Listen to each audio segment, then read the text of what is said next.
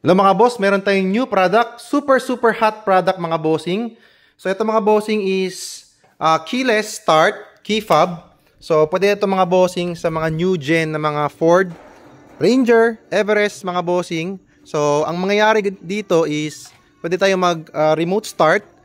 Tapos meron na rin kayong extra spare key. So ang mangyayari dito, so test natin yung ano niya, yung remote start.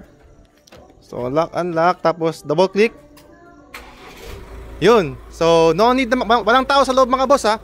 Double check natin para maniwala kayo. So, ang magaling dito mga bossing, meron na kayong extra. Tapos, sobrang bilis lang siya gawin. Only around siguro 20 seconds we're done. Ganun kabilis siya i-program. Walang saksak na external na dito. Hindi na kailangan mag-force scan whatsoever. Walang scanner whatsoever. Ang gagawin natin dito mga bossing, literal plug and play.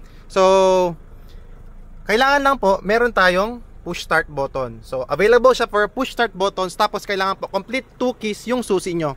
Para meron po kayong remote start. Tapos, mga bossing, even hindi nyo dala yung original 2 keys nyo, mag-work na yung kotse nyo. So, again, mga bossing, this one is 100% plug and play.